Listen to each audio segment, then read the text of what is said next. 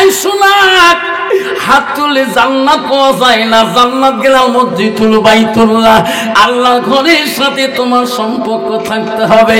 আব্বা এমনি জান্নাত পাওয়া যাবে না, শোনারে আল্লাহর ঘরের সাথে তোমার রিলেশন থাকতে হবে। আল্লাহ নবীর কাছে আব্দুল্লাহ ইবনে মাসউদ হইতে হাদিসটা বর্ণিত আছে।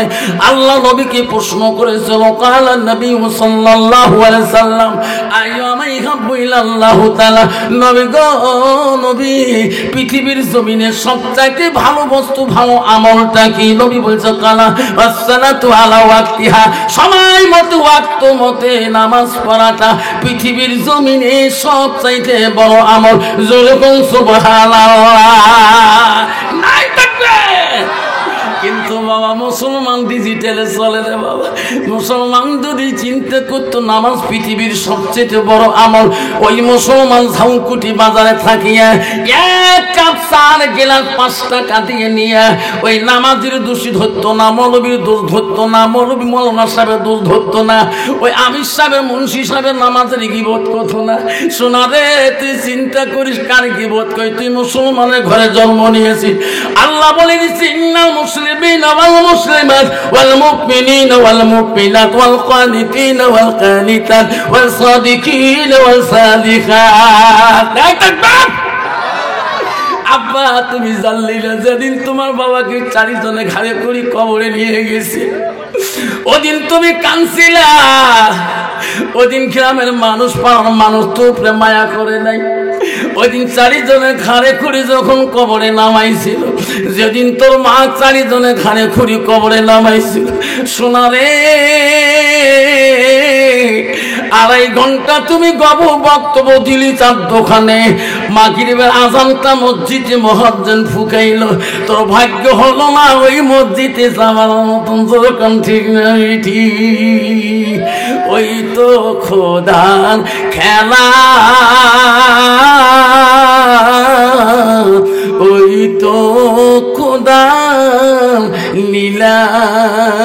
সকাল বেলার ধনী রে ভাই তুই, ফকির সন্ধ্যা বেলা বাসে কাটিবে, খাবে বনাইবে, সেই খাটোতে তুলিবে 4 জনা, থুইয়া আসিবে আর তো তোমার প্রাণ চাইবে না। ভাই কান্দিবে, ভাতিজা কান্দিবে, আপন সত্য কেউ তো ছাড়িবে না। ঘরের বিবি কান্দিয়া মিটাইবে বাসনা, ওই তো খোদার খেলা। যেরকম ঠিক নবী ঠিক। পৃথিবীর এমন কোন মানুষ আছে, কোন অলি আউলি আছে নাকি পৃথিবীতে না মরিয়া জিন্দা আছে নাকি? পৃথিবীতে এমন কোন অলি আউলিয়া নাই। সবাই কবরের জমিনে একদিন যেতে হবে। সব জায়গায় গেলে ভিসা করি মালয়েশিয়া যাবা, বাংলাদেশে যাবা, আরবে যাবা, সৌদিতে যাবা, 1 বছর 6 মাস পরে তুমি বাড়িতে ফিরে যাবা। যেদিন কবর নামে জায়গাতে যাবা রে সোনা, আর কোনদিন তুই বাড়িতে ফিরতে পারবা না। হবে কবর নামে জায়গায় গেলে আসতে পারবে? বন্ধুগণ আমার শুনে রাখো, পৃথিবীতে বড় অলি ছিল, তার নাম হযরতে বাকি বিল্লাহ রহমাতুল্লাহ। 18,000 মুক্তি ভক্ত মরিদান ছিল গো, এত বড় অলি ছিল গো ভক্তবিন্দুর। হযরতে বাকি বিল্লাহ রহমাতুল্লাহকে একদিন বলছে, হুজুর ও গো ওস্তাদজি,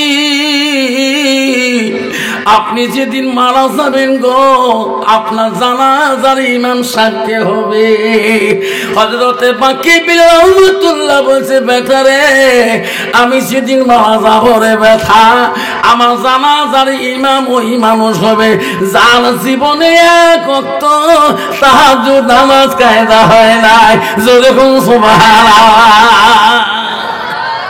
বাবা বর্তমান হুজুর ওয়াক্ত নামাজ না পড়ে আর তাহাজ্জুদ মারাছি, যেরকম ঠিক না? ঠিক তোমার তি নাই বাবা। দেখতে যান এক বই দেখে যান, উজ্জৈন পাখাই জলের ছবি দেখি যান, এই বড়ি মজা, এই বড়ি বাপরে বাপ, হাতের মধ্যে এই যখন খাড়ু লাগা সলুক কভার বানা ত্রিশুল একটা হাতের মাথা মাথা খায়, আছে না নাই বাবা? জলস্বরে ঘাটের লঞ্চ সভা করি, লঞ্চ ঘাটে 8:30 লঞ্চ বসিয়ে আছেন 4 দিন চা টাকা হুজুর মধ্যখানা শেষ বসিয়ে দেন না, কত কাপ চা খান খাবেন, দোয়া করবেন। তা চা খেয়ে আসুন, এমন সময় 2টে মানসি আসছিল, হাতের মধ্যে ত্রিশুল, লাল সলুক কাপড় বাঁধা, হাতের খাড়ু লাগা, তা একদম হিলে হিলে করে। এলে বাবা এলে মন্দিরও থাকবে, হিলে হিলে করে। হুজুর কিসের মন্দিরও থাকে? আমার বাবা আনলে বাবার অবস্থাকে কাবা হুজুর আমার অমহান আল্লাহ এই বড়ি মোসরে বাপ, মনে মনে কমই ভাত কুদি খায় রে, মাথার মেমোরি কাম করে না, যেরকম ঠিক নেবি ঠিক বাবা। 3 বেটায় লাইট দিয়ে মুখ দেখে না যায়, গাল করে যান পাটা ছাগল মতন গাল বোঝায়, এমন গান তার টাইম ছেড়ে বাপ। গাঞ্জা খেয়া মানজারে নষ্ট, ঠিক না ঠিক? গাঞ্জা খেয়া মানজারে নষ্ট, উজু গোসলের ফরজ জানে না, জিকিরি ছাড়া আর তো বুদ্ধি মেলে না, জিকিরি ছাড়া আর তো বুদ্ধি মেলে না। আল্লাহ বলল বান্দারে ও আমার আদেশকারী বান্দা, আমার আদেশকারিনী বান্দিরা, আল্লাহ বলছে আমার আদেশ করো, আমার আদেশ মানতে হবে। মুসলমানের ঘরে জন্ম নিয়ে এখন 1 গ্লাস মুখে হাতে নিলে পাগলা কুত্তা হয়ে যায়, রাস্তা দিয়ে গেলে ছেলেটা মুসলমানের ঘরে জন্ম নিচ্ছে। আচ্ছা না ঠিক না ঠিক? মুসলমানের ঘরে জন্ম নিয়ে ট্যাবলেট খায়, নেশার ট্যাবলেট মুখে দেয়, তোমার ধাউনকুটি নাই বাবা। আল্লাহ এই যে কয়েকদিন 2 দিন কালকেও ধরছে, ইউটিউবে দেখে আছে, নেশার ট্যাবলেট জামা যেই খুলছে দেখে ঠ্যাঙের পাঠা পর্যন্ত, বাপের নাম কমা লাগছে, গ্রামের নাম কমা, লজ্জার কথা। কোনোদিন হিন্দু মানুষের ছেলে একটা নাম আমি হাই উঠে পারলাম না, এই কয়েকদিন 1 মাসে ধরতেছে নেশার ট্যাবলেট, সব মুসলমানের ছেলে। তোমারই দুনিয়ায় দুশ্মনী নীলা, কষ্ট হচ্ছে, কষ্ট হচ্ছে? তোমারই দুনিয়ায় দুশ্মনী নীলা, সে দেখো রঘমান, কাফেরের হাত হতে নিধন হইতেছে কি করি মুসলমান। তোমাকে ভুলিলাম, নবী কো সারিলাম, নবী কো ভুলিলাম, তোমাকে সারিলাম, তাই তো এত অপমান, কাফেরের হাততে নিধন হইতেছে কি করে মুসলমান। মসজিদ ভুলিলাম, মাদ্রাসাও সারিলাম, মাদ্রাসাও ভুলিলাম, মসজিদ সারিলাম, তাই তো এত অপমান, কাফেরের হাততে নিধন হইতেছে কি করে মুসলমান। কোরআন ভুলিলাম, হাদিসও সারিলাম, হাদিসও ভুলিলাম, কোরআনও সারিলাম, তাই তো এত অপমান, কাফেরের হাততে নিধন হইতেছে কি করে মুসলমান। ঠিক না ভাই? ঠিক। আজকে মুসলমান রাস্তাঘাটে পথে রাস্তাঘাটে কেন মুসলমানের বিদ্যুৎ হতে হয়? মুসলমানকে কেন ব্রিটেনরা বিদ্যুৎ করে? আমার কর্মদোষ। যে বস্তু হাতে নেওয়া না পান সেই বস্তু মুসলমান পান করে, ধরে ঠিক না ঠিক? মুসলমানের ঘরে জন্ম নিলে মুসলমান হওয়া যায় না। কেন যায় না? ওই যে ওই ছেলেটা কলেজ যাক বাধা নাই, ইউনিভার্সিটি পড়ুক বাধা নেই, MA পড়ুক বাধা নেই, কঠন পড়ুক বাধা নেই, LLB পড়ুক, ম্যাজিস্ট্রেটও বাধা নাই, তার ভিতরে আল্লাহর কালাম থাকে, ঈমান থাকতে হবে। আমি আফসার মানন আগমনে হাই সেকেন্ডারি ছাত্র ছিলাম, জয়নাল প্রিন্সিপালের ছাত্র আমি অনন্তমান হাই স্কুলের ছাত্র, আমি প্রগতি মহাবিদ্যালয় শরৎচন্দ্র প্রিন্সিপালের ছাত্র, আমিও কলেজ পড়ছিলাম। আমার এখনো আমার উস্তাদ মেহবুব স্যার দেখলে জোনাব কয়, এবং আমাকে উস্তাদ প্রগতি কলেজের স্যার দেখলে জোনাব কেমন আছে, কেন কয়? আমার সুন্নত দিয়ে কলেজে গেছিলাম, টুপি মাথায় দিয়ে কলেজ জীবনে পড়ছিলাম, আমাকে এখনো কয় জনাব কেমন আছেন। একটা নবীর সুন্নতের ভালোবাসা রাখার জন্য উস্তাদ এখনো আমাকে সম্মান দেয়। জোরে কর ঠিক না ঠিক? বলছে উস্তাদজি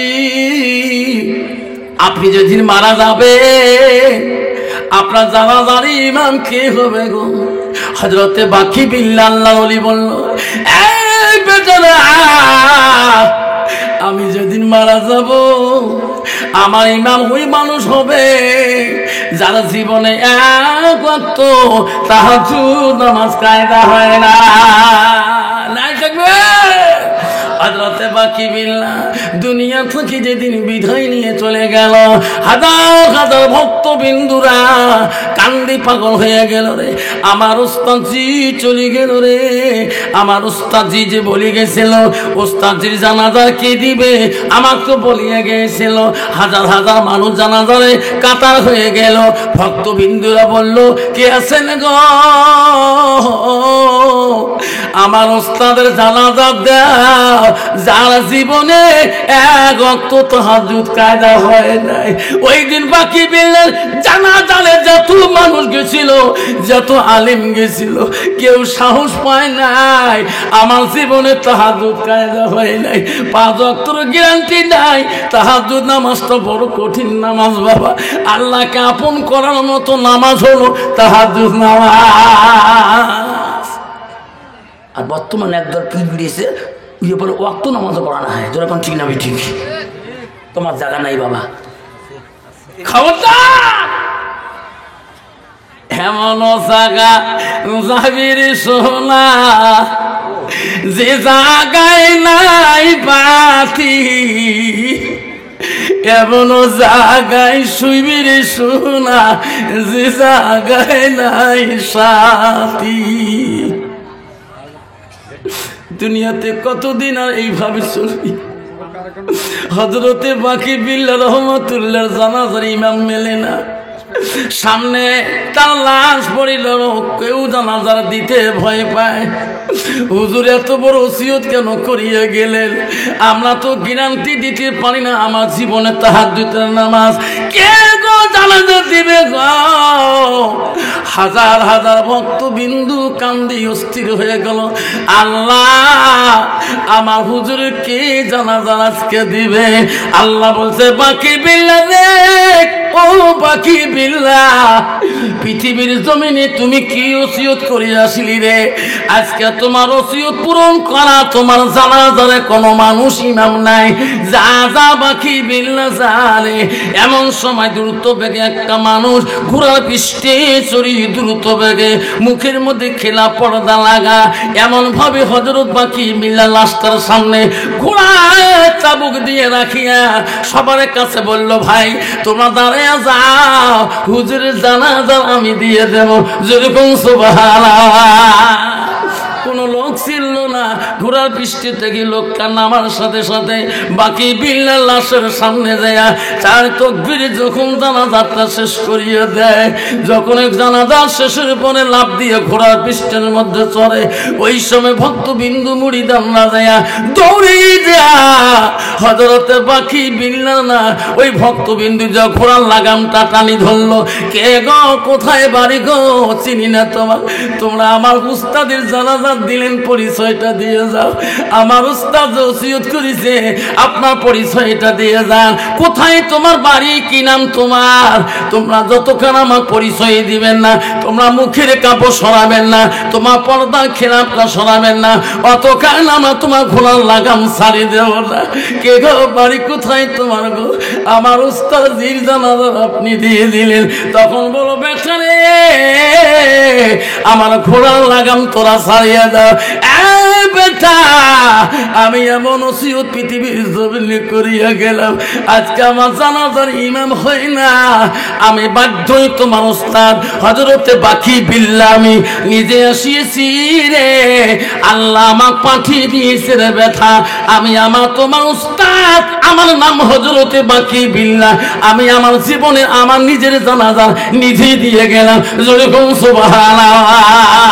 নাই কত বড় লিগো, কোন অলির পাশ ধরলাম জীবন নষ্ট করার জন্যে। খবরদার